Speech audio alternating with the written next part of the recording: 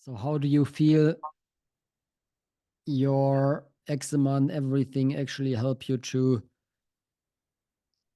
maybe, have experiences or tap into another state of consciousness that you wouldn't be able to otherwise? Or do you feel like it's only a burden and nothing else? Yeah, it's a good question. Well, it's caused me lots of nights awake, itching, burning, painful, shooting sensations sometimes, and it's just like, what the fuck's going on here? So it just kind of triggers this deep introspection from this pain Mhm. and discomfort, and the lack of sleep Yeah. definitely alters consciousness and rest and ability to rejuvenate. Yeah. Uh, but like, there was one night where I reached out to a couple buddies. I'm like, I don't know what the fuck's going on. Like, I need some help. And I Mhm. felt called to talk to you guys. And one Mhm. guy I reached out to, he said a while back he was having this really, really intense low back pain that was just debilitating. He couldn't do anything. And then his way of traveling, it got like infested with mold, and like that's where he was living as well. So it was um, just like everything is collapsing. So I thought of him. I'm like, how did you get out of that? And then he told me about how he kind of went after it with all the physical symptoms. And then, he then offered me uh, some Mondo Zen sessions, Mhm. which he's a practitioner of. And, then we did the 4 sessions over Zoom, basically going through this PDF on aspects of Zen and concentration meditation. And Mondo means dialogue. Mhm. So it's kind of talking through Zen and then how Mhm. we can talk to ourselves and kind of embody this awareness that we all have, that the ego plays within that realm. And we as humans can often mistake the ego as the truth, as all of reality. And yeah, when I can tap into that and it's like, okay, I'm aware, I feel the sensations, the itching, if it's burning, if it's stinging, if it comes and goes.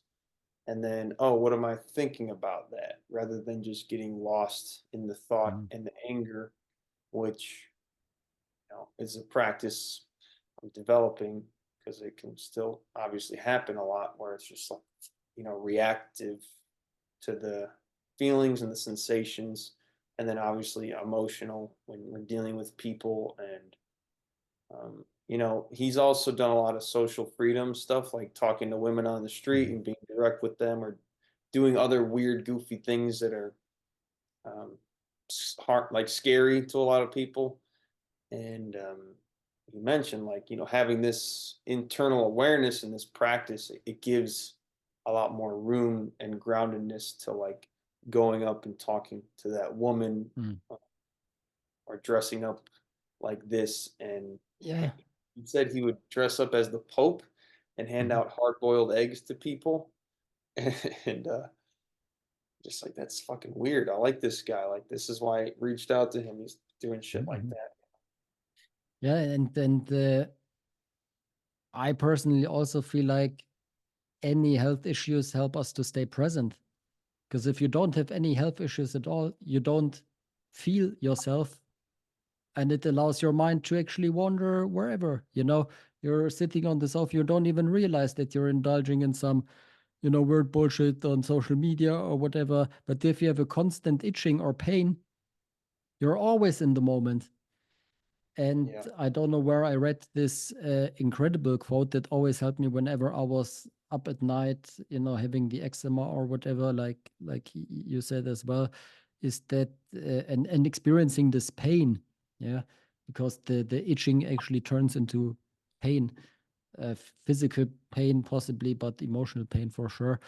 And there was this great quote from a guy, and I don't remember his name, but he actually said that. Well, the more pain you experience, the closer you are to God. Mm.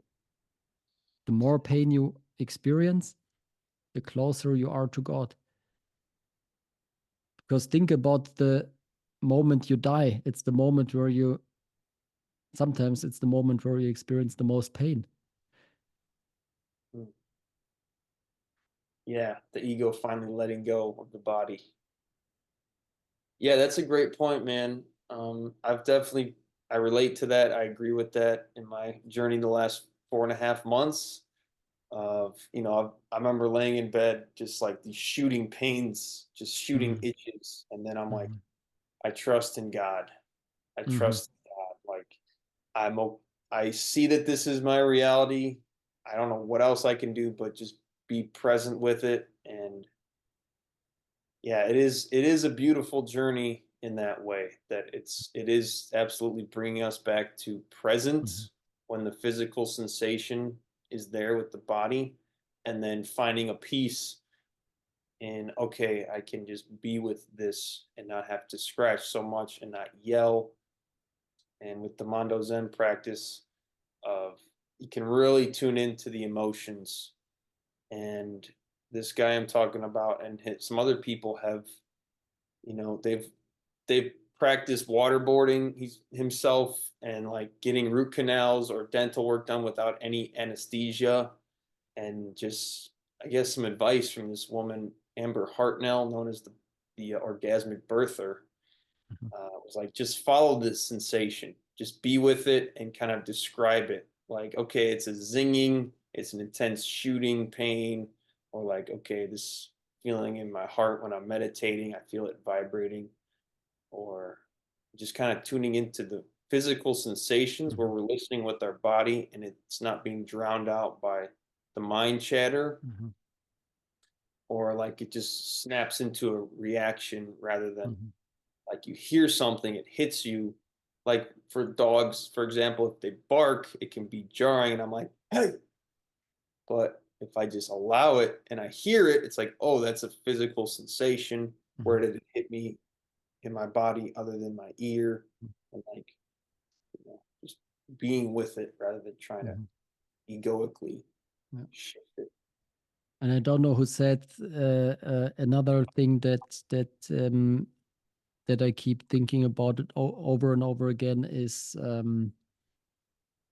was this great quote. I don't know if I can rephrase it exactly the way he said it, but I think it was unless there's an itch you want to scratch, you won't be doing anything at all. Mhm. Unless there's an itch you want to scratch, you won't be doing anything at all. Because when I think about my success in the realm of sales, which I'm not necessarily proud of, because there's nothing great about just earning money just for the sake of earning money, but was really only because I had health issues with my gut and skin. You know, I wasn't even able to relax. Other people, they go to the office just to relax.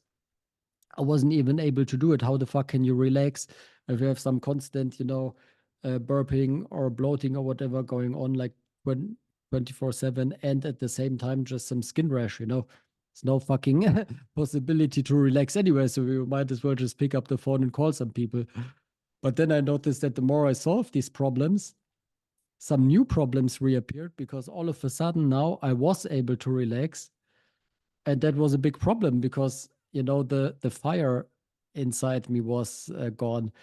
So I'm constantly kind of trying to readjust to it, and actually shifting from just I'm working in sales just to earn money, to actually I want to help people, and I want to build a business that is not built around there's an itch I want to scratch, but that is built around I feel good inside my body and I want to help other people to feel good, and I want to make the world a better place.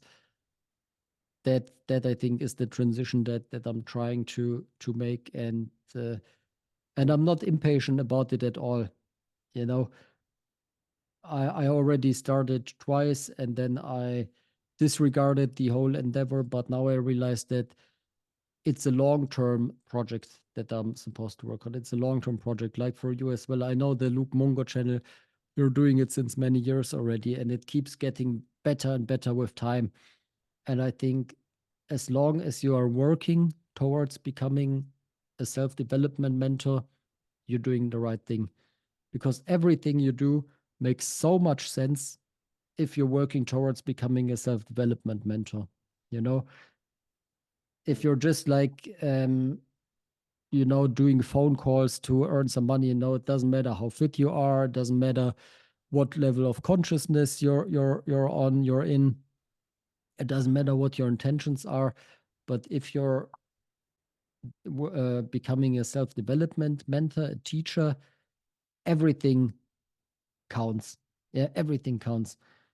Your mental health, your emotional health, your physical health, your level of consciousness, it all counts because people can listen to you for 8 seconds, or yeah, usually after 8 seconds they know where you're at. Yeah, I'm not going to say that within 1.5 seconds you can judge someone, because they always can have a great hook or something to reel you in. But after you listen to someone for 8 seconds, you know exactly where they are in their level of consciousness. You know more about their mental and emotional health. You know about their intentions. And it all becomes apparent within 8 seconds.